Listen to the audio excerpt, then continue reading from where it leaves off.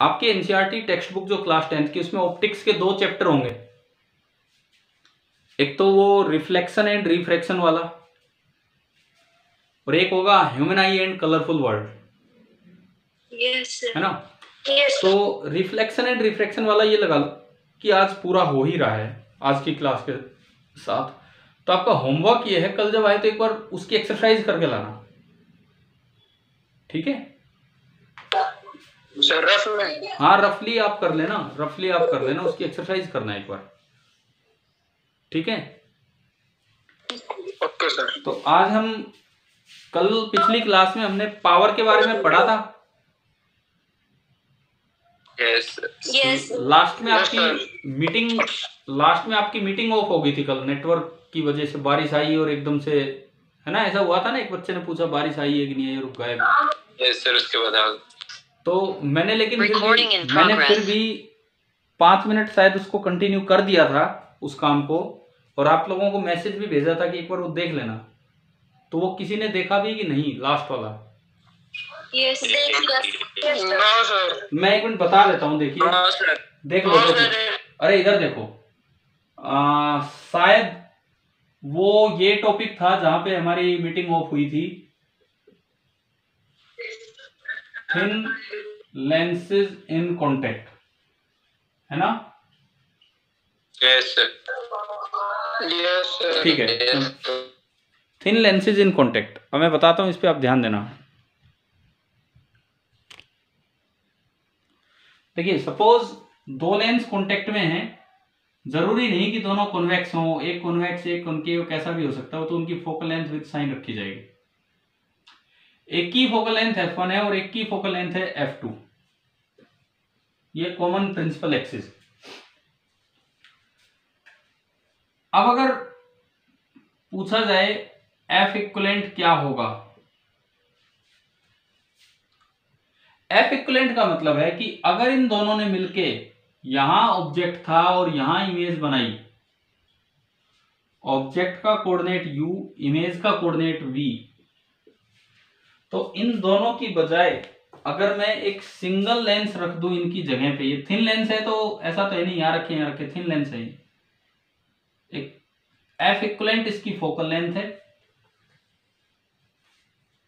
तो इसके लिए भी अगर आप यहां ऑब्जेक्ट रखते हो तो बिल्कुल इसी जगह पे क्या बननी चाहिए, इमेज बननी चाहिए, और इसकी फोकल लेंथ है F इक्विवेलेंट।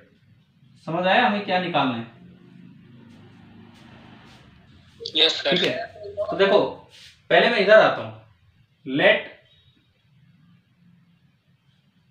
फर्स्ट इमेज मतलब जो F1 ने, L1 ने बनाई, L1 ने जो बनाई, first image is formed at V1, ये पोजीशन पे। ये लेंस L1 मैंने बोल दिया, ये लेंस L2। तो आप L1 के लिए अगर इक्वेशन लगाओगे, lens equation, lens formula 1/V1, क्योंकि उसकी इमेज तो V1 है, U सही है उसके लिए, इज इक्वल टू 1/F1। बताओ, ये समझ आ गया कि आपको फर्स्ट? हाँ जी, क्लियर है? Yes sir. अब जब आप लेंस L2 पे चलोगे तो जो पहली इमेज है वो सेकंड लेंस के लिए किसका काम करेगी? ऑब्जेक्ट का। तो L2 के लिए 1/V, V तो V है, लेकिन -1/U की जगह V1 आएगा, is equal to 1/F2। This is your second equation. बताओ, क्या ये दो समझ आ गई क्या? हाँ भाई, क्लियर है ना फर्स्ट एंड सेकंड? ठीक है, अब आप इस पे आओ, इसको देखते हो तो इसकी डायरेक्ट इक्वेशन है 1/V, ये तो सिंगल लेंस है, -1/U is equal to 1/F equivalent. Equation number 3। आप बताइए कि आपको 3 इक्वेशंस बनानी आ गई हैं। अब मुझे F इक्विवेलेंट चाहिए, तो मैं V1 गायब करूं। V1 गायब करने का तरीका यह है कि आप 1 में 2 को ऐड कर दीजिए, क्योंकि अगर आप 1 में 2 ऐड करेंगे तो 1/V1 से 1/V1 कैंसिल हो गया, है ना? बचा क्या? ये क्या बचा? ये इसमें तो 1/V, यहाँ minus 1/u is equal to 1/f1 plus 1/f2, equation number 4। अब आप कंपेयर करो 3 और 4 को, कंपेयर कीजिए 3 एंड 4 को, तो बताओ क्या मिल रहा है वहां से formula. 1/f equivalent is equal to 1/f1 plus 1/f2। क्या ये समझ आ गया? Yes sir. कभी भी अगर थिन लेंसेज कांटेक्ट में होंगे तो ये इक्विवेलेंट फोकल लेंथ का फॉर्मूला है, लेकिन विद साइन आपको रखना है सब कुछ। अब जैसे कभी एक मान लो कन्वर्जिंग लेंस है, एक diverging, F1 positive F2 negative, तो आप विद साइन रखोगे। अगर F इक्विवेलेंट नेगेटिव आ गया तो फाइनल कॉम्बिनेशन डाइवर्ज करवा रहे, अगर पॉजिटिव आ गया तो फाइनल कॉम्बिनेशन कन्वर्ज करवा रहे। समझ आया? Yes sir. और देखो पावर, कल पावर पढ़ाया था वो समझ आ गया, power of a lens. Yes sir. तो जो P1 है पहले की पावर 1/f1, P2 1/f2 और P इक्विवेलेंट 1/f इक्विवेलेंट। तो क्या 1/f इक्विवेलेंट और इन सब चीजों का यूज करूं तो एक और फॉर्मूला समझ आ रहा है आपको?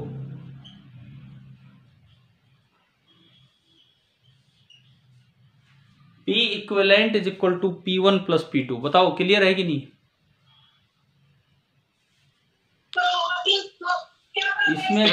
इसमें भी विद साइन आपको सब कुछ पुट करना है। एक और फॉर्मूला बता देता हूं, जो M इक्विवेलेंट होगा मैग्निफिकेशन, वो होता है M1 इंटू M2। ये भी सोचना समझना बहुत आसान है। लेंस 1 ने जो मैग्निफिकेशन करवाया V/U होता है फॉर्मूला, V/U,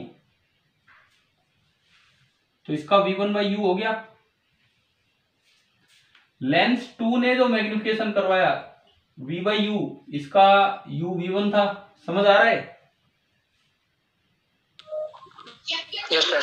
और जो इसने करवाया वो तो V/U है ही।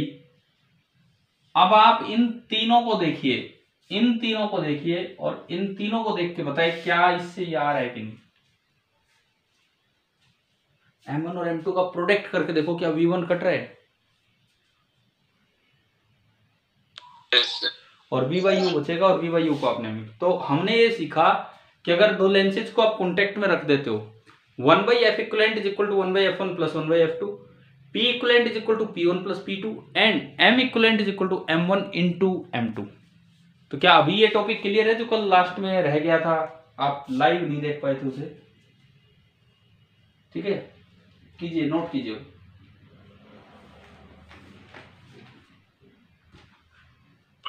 सर ये भी करना है, कल भी कर लिया था। नहीं, अगर किसी ने कल लिख लिया हो तो बहुत ठीक है, कुछ नहीं लिखा है या कल जो मैंने उसमें रिकॉर्ड किया ना, उसमें मैग्निफिकेशन वाला पॉइंट नहीं बता रखा था, हो सकता है उसमें, क्योंकि आप लोग चले गए थे तो मैंने फिर फटाफट ही बता दिया था, हो सकता है उसमें इतना भी एक एक स्टेप बना के ना किया हो, वैसे समझाया हो। तो अगर कुछ नहीं रिकॉर्ड हुआ है कल का तो आज कर लीजिए। रिकॉर्ड मीन्स आपकी कॉपी में।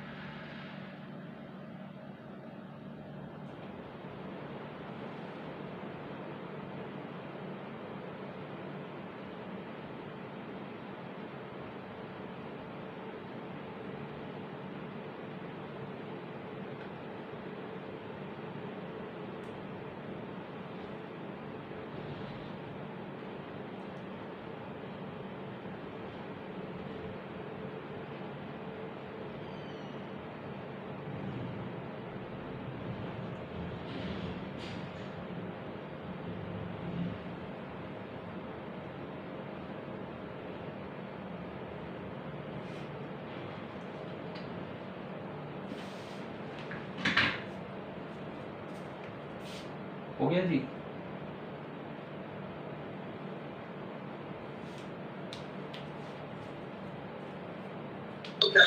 Yes sir. ठीक है, अब ऑलमोस्ट ये चैप्टर, अभी मैंने रिफ्रैक्शन बाय प्रिज्म स्टार्ट नहीं किया है, वो अगले पार्ट में करेंगे, मतलब स्कूल में आएंगे वहां करेंगे। उससे पहले लेंस तक का काम पूरा हो गया। अब मैं 3-4 सवाल लूंगा इन्हीं पे, है ना, मेनली पावर पे फोकस करके। करें स्टार्ट। मैं एक एक क्वेश्चन लिखूंगा, आप ट्राई करेंगे, फिर डिस्कस करेंगे हम। Yes sir.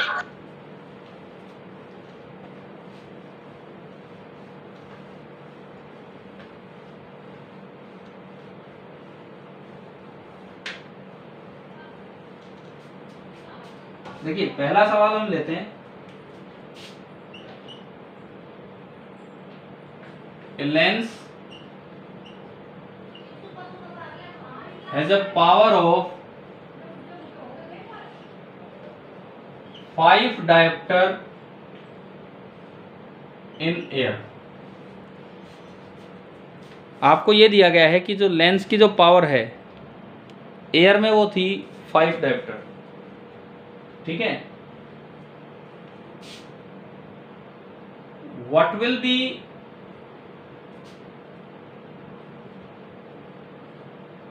its power if it is completely immersed in water। और ये चीजें हमें दे रखी है कि रिफ्रैक्टिव इंडेक्स वाटर का 4/3 और लेंस का जो नॉर्मली हम लेते हैं 3/2। मीडियम चेंज करने से पावर कैसे चेंज होगी? कीजिए, आप अटेम्प्ट कीजिए, फिर करते हैं।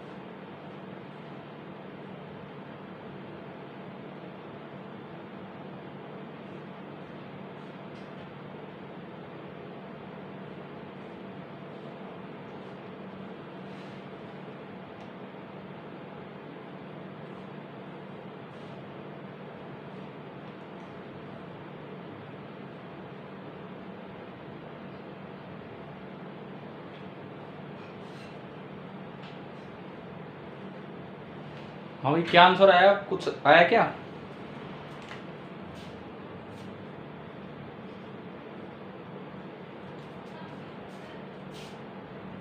कौन सा फॉर्मूला दिमाग में आता है ये निकालने के लिए? एक ही फॉर्मूला आना चाहिए, कौन सा? Lens makers formula. क्योंकि लेंस मेकर्स फॉर्मूला आपको डायरेक्टली पी देता है, क्योंकि लेंस मेकर फॉर्मूला 1/f देता है, और 1/f क्या होता है? पावर। तो आप उसको यूं भी तो लिख सकते हैं, P = n relative n lens upon n surrounding -1 × 1/r1 - 1/r2। क्या हम ऐसे लिख सकते हैं लेंस मेकर फॉर्मूला को? एक बार वो लेंस आपने एयर में रखा और एक बार वो लेंस आपने वाटर में रखा, क्या पानी आने से कर्वेचर चेंज हो जाएंगे लेंस के? क्या पानी इतना शक्तिशाली होता है कि इस ग्लास लेंस के कर्वेचर चेंज कर दे दोनों साइड? नहीं होगा। इट मींस अगर ये वाला कोऑर्डिनेट r1 है तो बाद में भी ये वाला कोऑर्डिनेट क्या रहेगा? r1। ये वाला कोऑर्डिनेट r2 है तो बाद में भी ये वाला कोऑर्डिनेट आपका r2 ही रहना है। समझ आ गया? फर्क है तो केवल n रिलेटिव का। यहां तो n रिलेटिव है 3/2/1 और वहां n रिलेटिव क्या है? 3/2 अपॉन 4/3 यार है 9/8। यानी कि अगर मैं फॉर्मूले की तरफ चलूँ तो n रिलेटिव माइनस 1 3/2 माइनस 1 1/2 और यहाँ बनेगा n रिलेटिव माइनस 1 9/8 माइनस 1 1/8। अब आप ये फॉर्मूला लगाओ, पहले इधर लगाएं। पावर दी हुई है, एयर में कितनी पावर है? हाँ भाई, एयर में कितनी पावर दी है आपको? 5 डायप्टर इज इक्वल टू ये जो आया ये आया 1/2 इंटू 1/R1 माइनस 1/R2। और यहां अगर मैं लगाऊं, यहां मैं पावर को P डैश बोल देता हूं। P डैश जो मुझे निकालनी है, n रिलेटिव माइनस 1 आ रहा है 1/8 और आगे वाला फैक्टर तो वही है 1/R1 माइनस 1/R2। तो आपको ये फैक्टर तो हटाना ही है, डिवाइड कर दो, डिवाइड करते ही हट जाएगा। अगर मैं 2 से 1 को डिवाइड करूं तो P डैश बाई P, उसमें बचेगा 1/8 और इसमें बचेगा 1/2 जो ऊपर जाके 2 हो जाएगा, यानी कि दिस इज 1/4। तो आपका जो P डैश आया दैट इज P/4। P/4 मतलब कितनी पावर आ गई?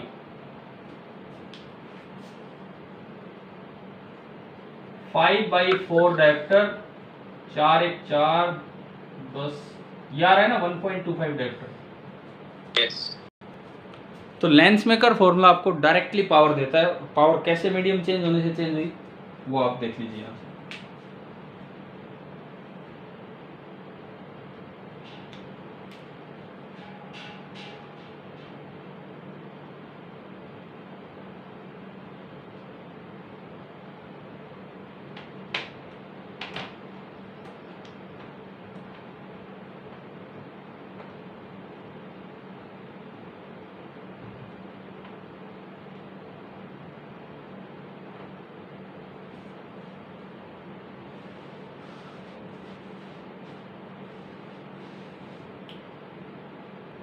हो जाए तो बताना, फिर अगले सवाल पे चलेंगे।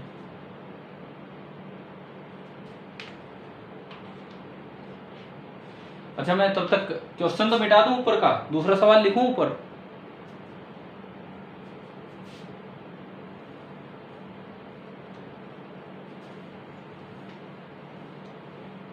आप ये कर लीजिए, मैं तब तक एक और सवाल आपके लिए लिखता हूं।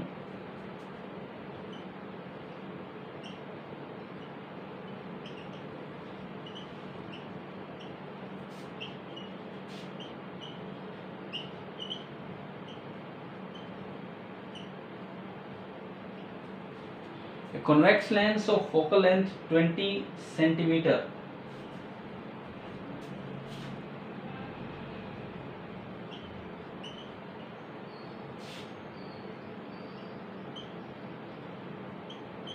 is placed in contact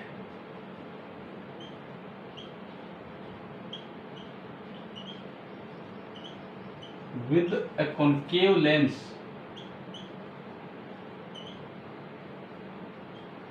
of focal length 12.5 centimetre, ये दिया है।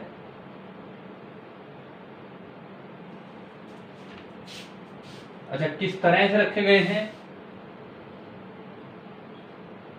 इन such a way that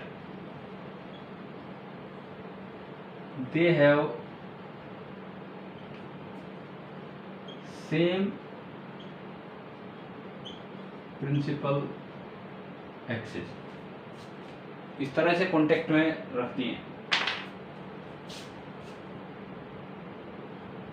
find the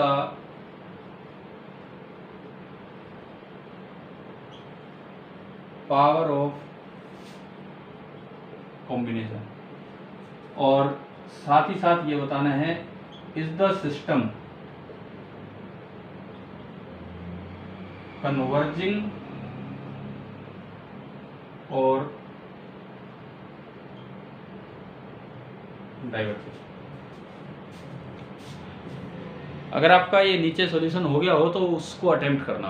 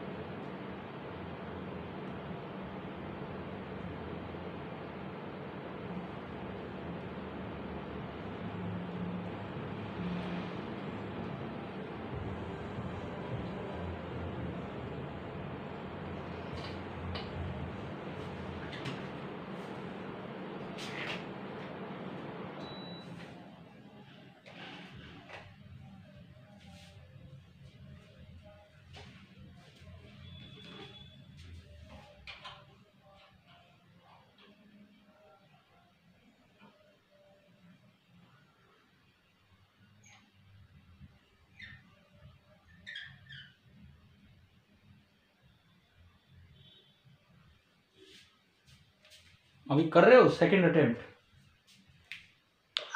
yes sir. ये मिटा दूं ये सॉल्यूशन पिछले का? ये हो गया क्या सभी का? Yes sir.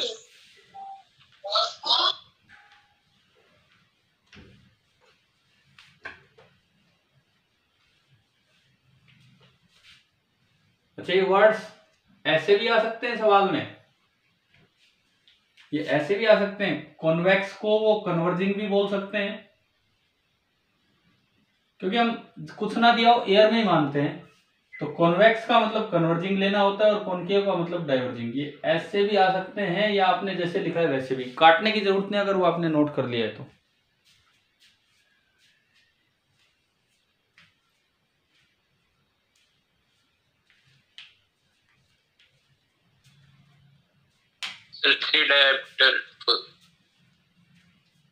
Three dioptre combination की, और ये सिस्टम कन्वर्जिंग है कि डाइवर्जिंग है? Sir converging. देखते हैं। आपका पहला लेंस है कॉन्वेक्स लेंस, कन्वर्जिंग लेंस ये है, और दूसरा है कॉनकेव डाइवर्जिंग, और कॉमन एक्सिस है ये। तो फर्स्ट लेंस की फोकल लेंथ आपको कितनी दी है सवाल में? 20 सेंटीमीटर।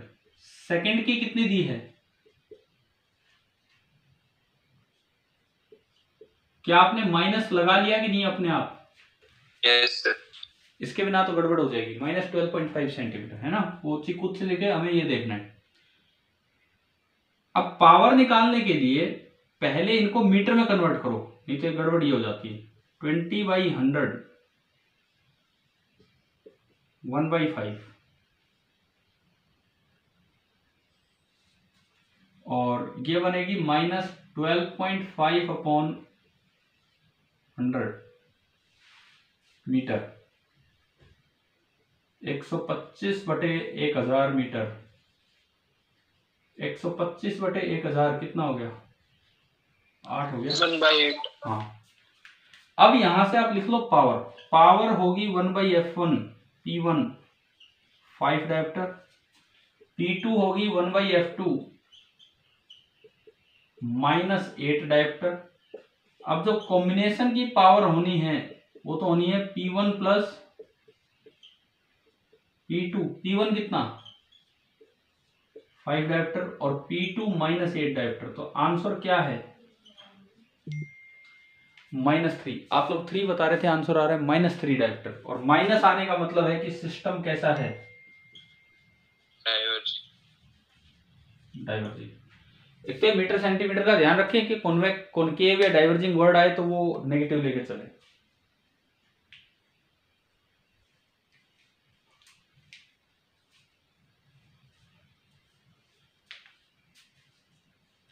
कर लीजिए, फिर अगले सवाल पे चलते हैं इसके बाद। कर लिया सर। ठीक है भाई, मिटा दो भाई, ये सारा हो गया है तो। No sir.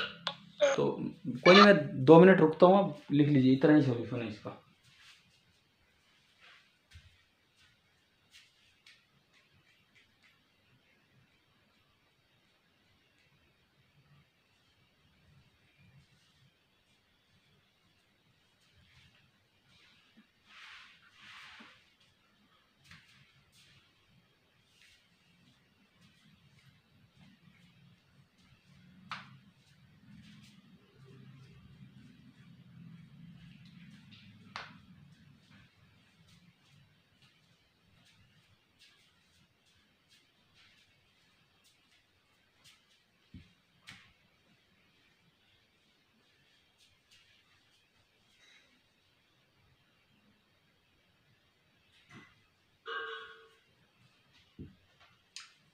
अभी हो गया?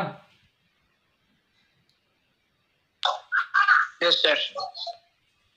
ठीक है।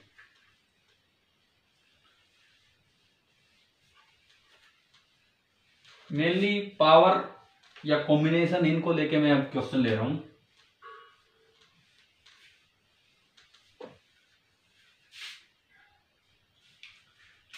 तीसरा सवाल हम लेते हैं, और ये मैंने पहले आपको करवाया था। ये एक इक्वी कॉन्वेक्स लेंस है, ग्लास का बना है, और इसको यूं कट किया था एक दिन हमने ऐसा सवाल।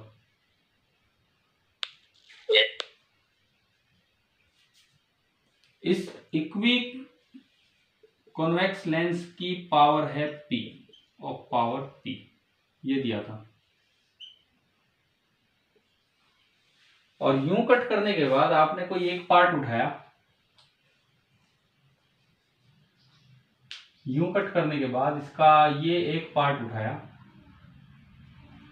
तो आपको ये बताना है कि इसकी पावर क्या होगी अगर इसकी पावर P है तो।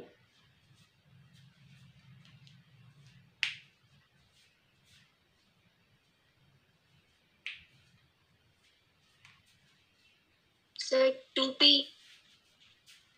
अच्छा ये बताओ, उस दिन जब फोकल लेंथ करवाया था, अगर इसकी F थी तो उसकी कितनी निकल के आई थी? 2f। तो 2f अगर फोकल लेंथ आई थी तो पावर कितनी होनी चाहिए? 0.5। देखो मैं फिर बता देता हूं आपको। मैंने माना कि इसकी फोकल लेंथ f है, तो हम ऐसे लिखते थे 1/f, यानी कि p n रिलेटिव -1 कट करने के बाद भी उसमें कोई चेंज नहीं है। इक्वी कॉन्वेक्स, तो अगर इसका सेंटर r पे है तो इसका सेंटर -r पे होगा, तो 1/r - 1/-r, यानी कि यहां से P निकला n रिलेटिव -1। अगर किसी को उस दिन का रिजल्ट भी ना याद हो तो मैं उस तरह से करवा रहा हूं। फिर जब आप उस पे गए, पावर P डैश मान लो, P dash is equal to, अब इस साइड का तो रेडियस इनफाइनाइट, लेकिन उसका तो वही है -r। n रिलेटिव में कोई चेंज ही नहीं है, n रिलेटिव -1 इंटू 1/∞ -1/-r। ये समझ आया ना यहां तक?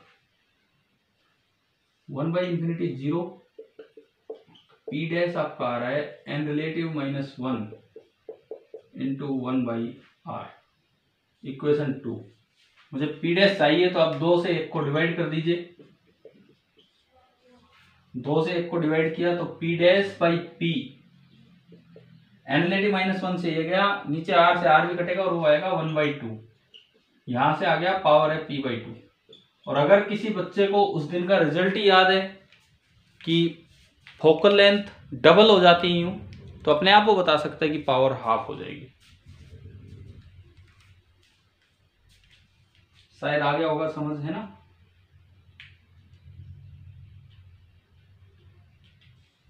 कर लिया सर।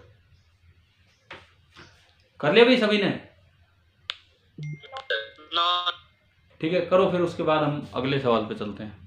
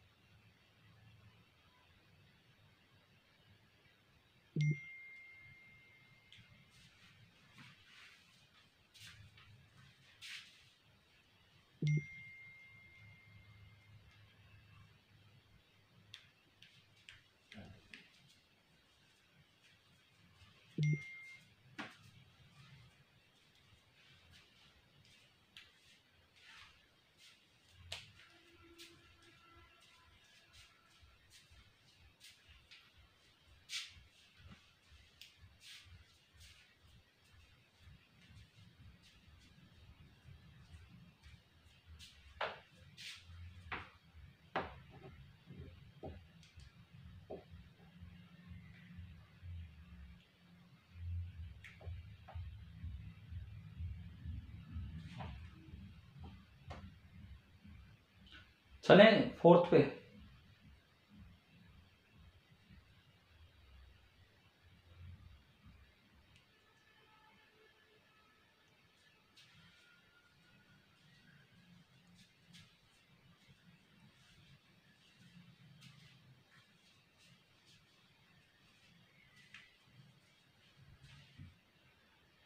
हाँ भी बताओ यार, हो गया होगा नोट? Yes sir. चलिए अब चौथा सवाल।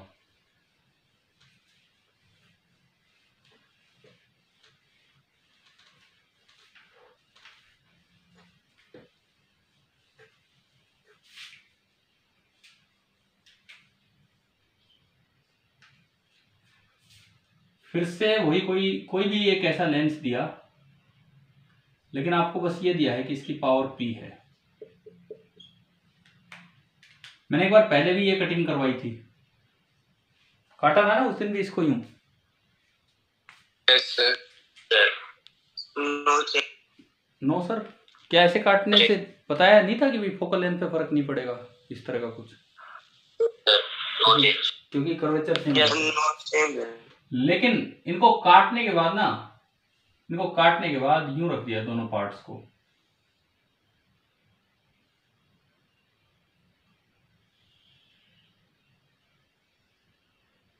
दोनों बराबर से पार्ट हैं और यूं रख दिया, तो पावर ऑफ कॉम्बिनेशन क्या होगी ये आपको बताना है।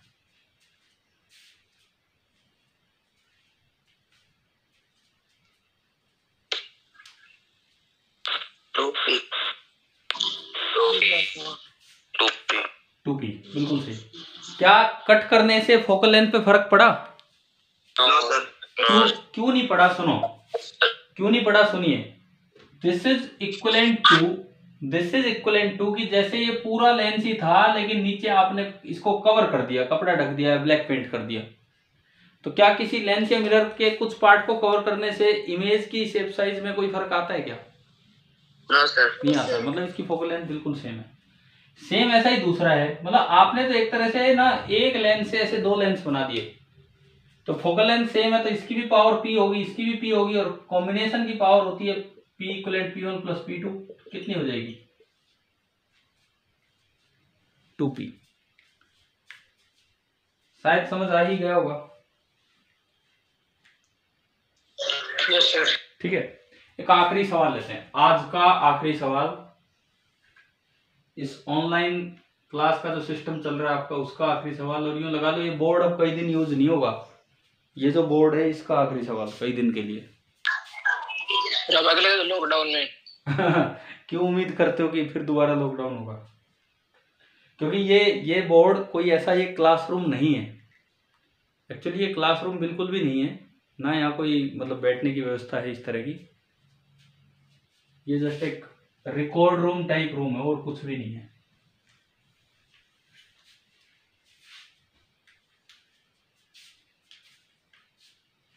देखो सपोज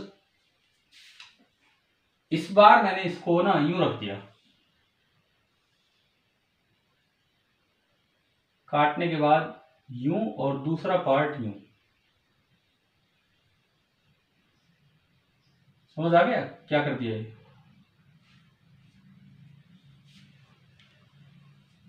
अगर इसकी पावर P है तो अगेन आपको बताना है, यहां लिखूं आगे, कि पावर ऑफ कॉम्बिनेशन क्या होगी?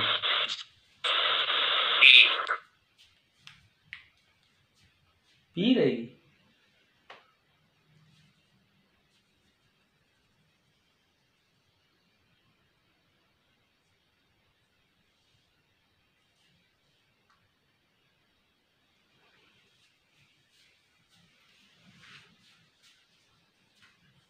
क्या पिछले में और इसमें कोई भी फर्क है या बिल्कुल ही फर्क नहीं है?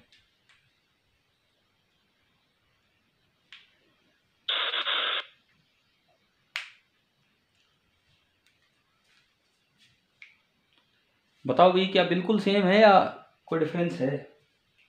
सेम है ना देखो, अब सुनो, क्या कट करने से फोकल लेंथ में कोई फर्क पड़ता है? मैंने माना कि इसकी फोकल लेंथ F है, तो बाद में इसकी भी F होनी चाहिए और इसकी भी F ही होनी चाहिए। अच्छा, इन लेंसेज को हम कंप्लीट कैसे करते हैं? जैसे यूं मान लो कि इस पे कपड़ा ढका हुआ था, हमने वो हटा के देखा, तो क्या ये और वो सेम लेंस बन गया कि नहीं? Yes sir. तो अगर इसकी एफ है तो इसकी भी क्या होगी, एफ होगी। अगर इसका कपड़ा हटाते हैं तो क्या ये इस तरह की शेप का लेंस आएगा?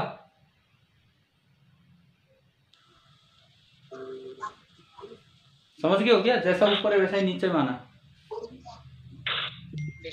तो ये शेप बीच में से थिन है या बीच में से थिक है? बीच में से थिन कौन सी शेप बोली जाती, कॉनकेव या कॉन्वेक्स? कॉनकेव की तरह बनते ही इसकी फोकल लेंथ एफ नहीं बल्कि क्या हो जाएगी, माइनस एफ। यानी कि इसकी पावर तो पी है, इसकी पावर माइनस पी है। अब बताओ पी कॉम्बिनेशन क्या होगा? हाँ, ये आपका हो जाएगा 0। क्लियर हुआ सभी को ये वाला क्वेश्चन? Yes sir. तब फाइनली आप ये बताओ क्या लेंस समझ आ गया कि नहीं? इसी ऑनलाइन सिस्टम में लेंस क्या है, किस तरह के सवाल होते हैं, ठीक है। अब जो है देखते हैं आगे, कल जैसे भी हम आगे बढ़ेंगे, लेकिन आप यहाँ तक का अपना काम पूरा कीजिए और वो जो एक चैप्टर मैंने कहा एनसीईआरटी का वो कंप्लीट करके लाना, ठीक है?